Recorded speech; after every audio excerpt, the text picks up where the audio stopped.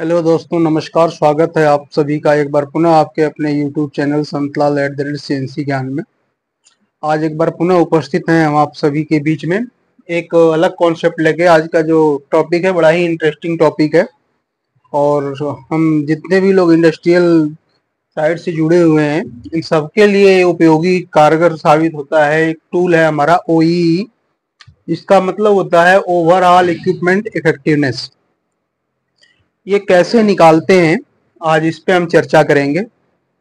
और इससे पहले हम आप लोगों को बता दें कि अगर आप लोग अभी तक हमारे YouTube चैनल से जुड़े नहीं हैं तो आप हमारे YouTube चैनल पे जाकर के YouTube चैनल को सब्सक्राइब कर लें और वहाँ पे बेल आइकन जो होती है ना उसको प्रेस जरूर कर दें, जिससे हमारी जो भी लेटेस्ट वीडियो होगी वो आपके पास पहुँचती रहेगी। और हम लोग जो है कि प्रयास करते हैं कि जो भी जानकारियाँ इंडस्ट्री से जुड़ी हुई हैं वो सभी आपके बीच पहुँचाई जाए। तो ऐसे ही लेकर के हम आज एक टॉपिक OEE का आपके बीच में आए हैं और आज इसी के ऊपर हम लोग चर्चा करेंगे। तो चलो देखते हैं कि हम OEE निकालते कैसे हैं। How to calculate OEE। OEE को हम कैलकुलेट कैसे करते हैं, ठीक है, इस टॉपिक पे बात करेंगे। तो इसके लिए ना हमने कोई डाटा इकट्ठा करना पड़ता है। OEE निकालने के लिए हमें कोई डाटा इकट्ठा करना पड़ता है। प्रोडक्शन से हमने ना डाटा ले लिए 7 तरीके के, 1 2 3 4 5 6 7 तरीके के हमने प्रोडक्शन से डाटा ले लिया। वो डाटा क्या है अभी मैं आप लोगों के सामने एक्सप्लेन कर दूंगा। आप इसको जैसे देखेंगे सुनेंगे तो समझ जाएंगे। आप लोगों के जो है कि डेली आप लोग बनाते भी हैं, कोई अलग से स्पेशल डाटा बनाने की जरूरत नहीं है। जो डेली आप लोग DPR वगैरह भरते हैं ना, डेली प्रोडक्शन रिपोर्ट, उसी में से सभी चीजें निकल जाती हैं। तो जिसमें जो सबसे पहले जो हमें जरूरत होती है जिस चीज की, हमें ये पता होना चाहिए कि जो हमारी शिफ्ट है ना, शिफ्ट होती है ना ABC, या कहीं कहीं S1 S2 चलती है। जहाँ 12-12 घंटे की चलती है शिफ्ट वहाँ S1 S2 चलती है। 8-8 घंटे की जहाँ शिफ्ट चलती है वहाँ पे ABC चलती है। तो सपोज दैट शिफ्ट लेंथ क्या है आपकी, ठीक है, जैसे आपकी 8-8 घंटे की 3 शिफ्ट चलती है तो आपकी एक शिफ्ट जो होगी उसकी लेंथ कितनी होगी, 8 घंटे की। 8 आवर्स लिख सकते हैं आप यहाँ पे। या अगर इसको मिनट में कन्वर्ट कर देंगे तो 8×6 = 48 कितना होता है, 480 मिनट हो जाएगा। ठीक है, एक एक चीज जैसे क्लियर होता चलेगा तो आप लोगों को आगे चल के कैलकुलेशन कर आसानी रहेगी। दूसरा चीज आता है शॉर्ट ब्रेक। शॉर्ट ब्रेक मतलब छोटा ब्रेक। जैसे एक शिफ्ट में तकरीबन 1 या 2 बार चाय आती है तो 10-10 मिनट का, कोई कंपनी 15-15 मिनट का समय देती है अपने एम्प्लॉयज को कि भाई आप इस टाइम में चाय पी सकते हैं, पानी पी सकते हैं, वॉशरूम जा सकते हैं, जो कुछ भी है।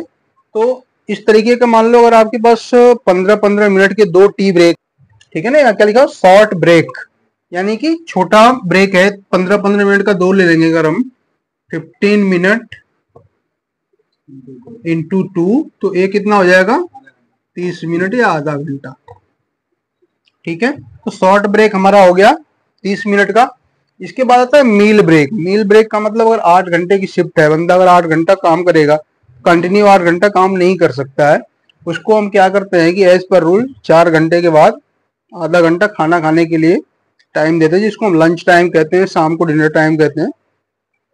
तो उसको बोलते हैं मील ब्रेक, यानी भोजन करने के लिए जो हम समय देते हैं उसको बोलते हैं मील ब्रेक।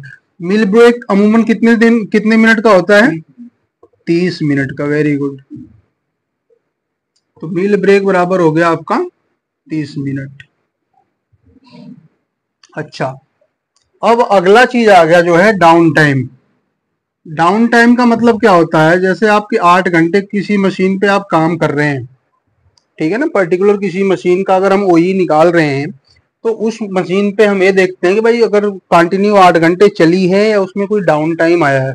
डाउन टाइम अगर समझें तो जैसे नो मटेरियल हो सकता है आपके पास, ये भी डाउन टाइम में आएगा। और अगर आपकी मशीन मेंटेनेंस में चली जाती है वो भी डाउन टाइम में आएगा। किसी कारणवश अगर आपके मशीन पे ऑपरेटर नहीं रहा वो भी डाउन टाइम में आएगा।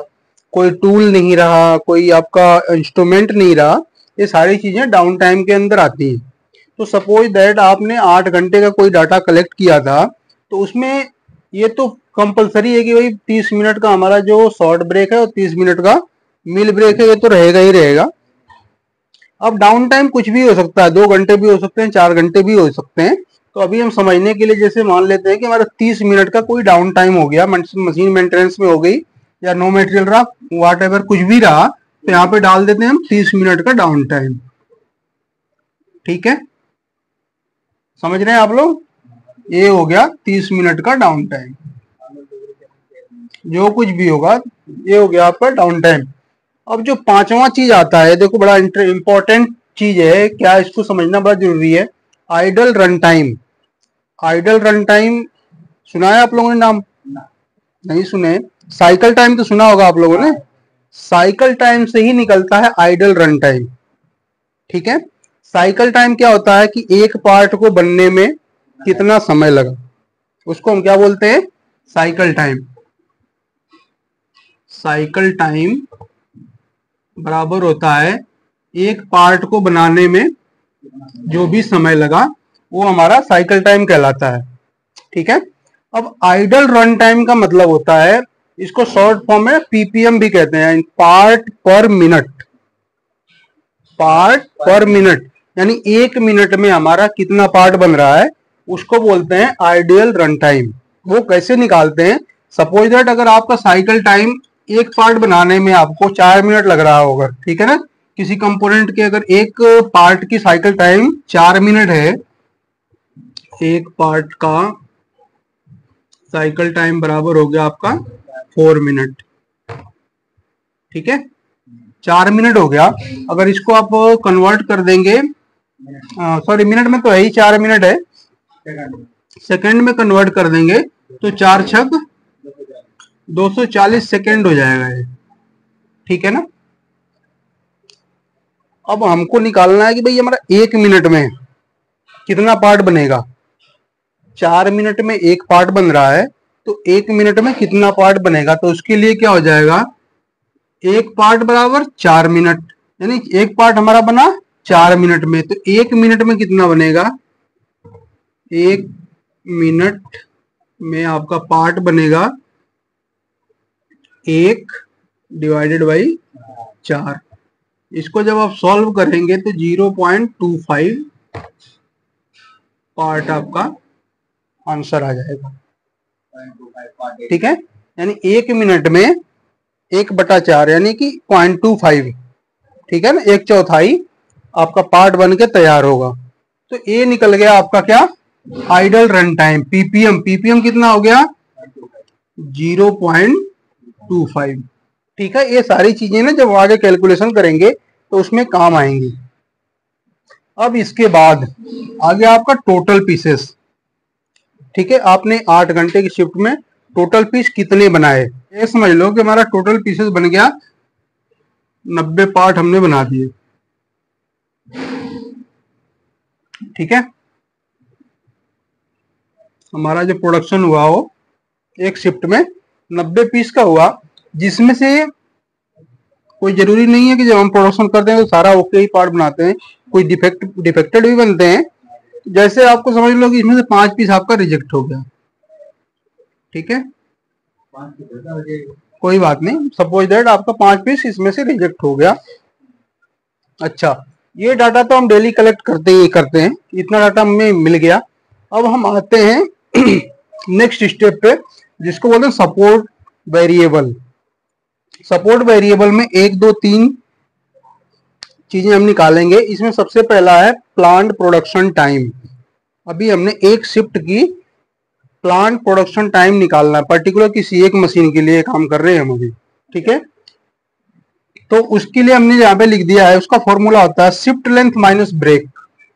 सिंपल आपको करना है। शिफ्ट लेंथ हमने कितना लिखा था यहाँ पे, 8 घंटे का मतलब 480 मिनट, माइनस ब्रेक हमारा कितना हो गया था, 30-30-60, शॉर्ट ब्रेक और मील ब्रेक, ये हो गया था 60। तो ये बराबर कितना बच जाएगा आपका, 420 मिनट बच गया। ये हो गया आपका प्लांट प्रोडक्शन टाइम, यानी शिफ्ट लेंथ कितने की थी, 480 मिनट की, इसमें से 60 मिनट हमारा ब्रेक निकल गया। तो अब शिफ्ट लेंथ कितनी बची हमारी, 420 मिनट की। क्लियर है यहां तक? अब हम आते हैं ऑपरेटिंग टाइम। ऑपरेटिंग टाइम का मतलब होता है जितने टाइम हमारी मशीन चलती है। ठीक है, कोई जरूरी नहीं है कि 420 मिनट हमने प्लान कर दिया तो 420 मिनट चलेगी ही चलेगी। उसमें क्या होता है, ऑपरेटिंग टाइम क्या होता है, plant production time minus down time. जो भी हमने प्लांट प्रोडक्शन टाइम किया हुआ है, प्लान किया हुआ प्रोडक्शन के लिए, उसमें से जितना भी अगर हमारा डाउन टाइम है वो माइनस कर देंगे। ठीक है, तो अभी हमारा प्लांट प्रोडक्शन टाइम कितना था, 420 मिनट, माइनस डाउन टाइम हमने कितना लिखा था यहाँ पे, 30 मिनट। ये कितना हो जाएगा, 390 मिनट। ठीक है, समझ रहे हैं, ये हो गया आपका प्लांट प्रोडक्शन टाइम। अच्छा, अब प्लांट प्रोडक्शन टाइम हमने निकाल लिया, ऑपरेटिंग टाइम भी निकाल लिया। अब इसके बाद आता है तीसरा चीज, गुड पीसेस। गुड पीसेस मतलब जो है आपके ओके पार्ट हों। ठीक है, जो भी पार्ट आपने बनाया तो उसमें से गुड यानी अच्छे पार्ट कितने बने और कितने एनजी बने, नॉट गुड जो बने। तो उसका फॉर्मूला क्या है, total pieces minus reject pieces. Total piece हमने कितने बनाए, 90। टोटल पीस बनाए हमने 90 माइनस 5 रिजेक्ट हो गया। गुड पीसेस कितने हो गए हमारे, 85 पार्ट। ठीक है, इतनी चीज हमने निकाल ली। ये सारी चीजें ओई कैलकुलेशन के लिए हम कर रहे हैं। ठीक है, इतनी चीजें निकालने के बाद अब हम आ जाते हैं ओई फैक्टर पे। ये तीन चीजें बड़ी ही इंपॉर्टेंट हैं, ये आपको समझ में आ गई तो फिर आप ओई निकाल सकते हैं इजीली, कोई आपको परेशानी नहीं होगी। अवेलेबिलिटी, परफॉर्मेंस, क्वालिटी, ये तीन चीजें मिलके ही आपकी ओई बनती है, अवेलेबिलिटी, परफॉर्मेंस और क्वालिटी। आइए जानते हैं कि ये अवेलेबिलिटी, परफॉर्मेंस और क्वालिटी है क्या। अवेलेबिलिटी का मतलब होता है ऑपरेटिंग टाइम। ऑपरेटिंग टाइम मतलब जो हमने यहाँ पे निकाला था अभी, operating time divided by plant production time. ठीक है, सपोज दैट अभी हमने ऑपरेटिंग टाइम कितना निकाला था, ऑपरेटिंग टाइम निकाला था हमने 390 minute. 390 divided by plant production time कितना था हमारा, 420 मिनट। ठीक है, अभी छोड़ देते हैं, कैलकुलेशन आगे चल के करेंगे। अब देखो दूसरा चीज आ गया परफॉर्मेंस। परफॉर्मेंस बराबर होता है total pieces divided by operating time, ये ब्रैकेट बंद, इसके बाद divided by idle run time. ठीक है, आइडल रन टाइम क्या होता है मैंने आपको ऊपर बता दिया था। टोटल पीसेस बनाए थे हमने 90, ठीक है, divided by operating time. Operating time कितना था हमारा, ये निकल के आया था 390 मिनट। ठीक है, इसके बाद divided by idle run time. Idle run time कितना आया था, 0.25। ठीक है, समझ में आ गया यहां तक बात आपको। अब हम चलते हैं अगले स्टेप पे, जो क्वालिटी। ठीक है ना, क्वालिटी कैसे निकालेंगे, good pieces divided by total pieces. Good pieces हम कितने निकाले थे यहाँ पे, 85 डिवाइडेड बाय टोटल पीसेस कितना था हमारा, 90। ठीक है, ठीक है, अब देखो 390 डिवाइडेड बाई 420 करेंगे। 390 डिवाइडेड बाई 420, 0.928। ठीक है, ये वैल्यू आई है अभी, परसेंटेज में भी इसको मैं निकाल दूंगा अभी। अब इसके बाद हम आ जाते हैं परफॉर्मेंस पे। परफॉर्मेंस का जो है क्या है, 90 डिवाइडेड बाई 390 डिवाइडेड बाई 0.25, ये भी आ गया आपका 0.923। ठीक है, अब लास्ट रह गया हमारा क्या, क्वालिटी। क्वालिटी क्या था हमारा, 85 डिवाइडेड बाई टोटल पीसेस कितने थे, 90। तो ये हो जाएगा आपका 0.944। ठीक है, अब हमने यहाँ पे क्या लिखा था, availability into performance into quality, जो आएगा वही आपका ओई कहलाएगा। तो यहाँ पे जो लिख देते हैं हम, जैसे अवेलेबिलिटी हमारी कितनी आई, 0.928 इंटू परफॉर्मेंस कितनी आई, 0.923। 3 इंटू क्वालिटी कितनी आई 0.944, ये बराबर हो जाएगी आपकी OEE। ये आपकी निकल गया 0.808। ठीक है, ये क्या निकल के आ गई आपकी OEE, ओवरऑल इक्विपमेंट इफेक्टिवनेस जो आई वो 0.808 निकल के आई है। ठीक है, अब इसको अगर हमने परसेंटेज में दिखाना है कि भाई कितनी परसेंटेज आ रही है, तो इसके लिए हम क्या करेंगे, इंटू 100, 100 का गुणा कर देंगे इसमें। ठीक है, इंटू 100, तो ए बराबर कितनी हो जाएगी 80.857 OEE निकल के आ गई आपकी है। ठीक है, परसेंट। ठीक है, तो इस तरीके से आप कैलकुलेशन करके OEE निकाल सकते हैं। ये मैंने थोड़ा सा विस्तार से समझा दिया था आप लोगों को, ताकि जब भी निकालें तो कंफ्यूजन ना हो। तो आप इसको नोट बना लें और अच्छे से अगर एक दो बार वीडियो देख लेंगे तो आप लोगों को ऐसे ही रट्टा मारने की जरूरत नहीं है, अपने आप ही समझ में आ जाए। तो इसका मतलब यही होता है कि आपके पास जो भी रिसोर्सेज प्रोवाइड करवाई गई हैं, आप उनका कितना उपयोग कर पा रहे हो, कितना परसेंट उनका जो है कि फायदा ले रहे हो, वो आपके OEE कैलकुलेशन से निकल के आती है। तो इसको कहते हैं OEE, ओवरऑल इक्विपमेंट इफेक्टिवनेस। मुझे उम्मीद है कि ये आप लोगों को समझ में आया होगा। अगर किसी को कहीं भी कोई डाउट होता है तो आप बेझिझक कॉल कर सकते हैं। हमने आपको अपना कॉन्टेक्ट नंबर वैसे डिस्क्रिप्शन में डाल भी रखा है, यहाँ भी लिख देते हैं। जैसे हमारा कॉन्टेक्ट नंबर है 9711743754। इस पे आप कभी भी कॉल करके कोई भी चीजें, व्हाट्सएप पे भी आप भेज करके अपना कोई भी चीज आप पूछ सकते हैं, समझ सकते हैं। नहीं तो आप अपने कमेंट्स बॉक्स में भी कमेंट्स कर देंगे तो हम उस पर भी आप लोगों को रिप्लाई कर देते हैं। और उम्मीद है कि ये वीडियो आप लोगों को पसंद आएगी। अगर वीडियो आपको पसंद आए तो आप उसको लाइक कर दें, शेयर कर दें दोस्तों के साथ, जिससे जो जानकारी है वो और लोगों के पास भी जाए और लोग हमसे जुड़ें। और आप लोग जुड़ते हैं, आप लोगों के कमेंट्स आते हैं तो पढ़ के बहुत ही प्रसन्नता होती है। धन्यवाद।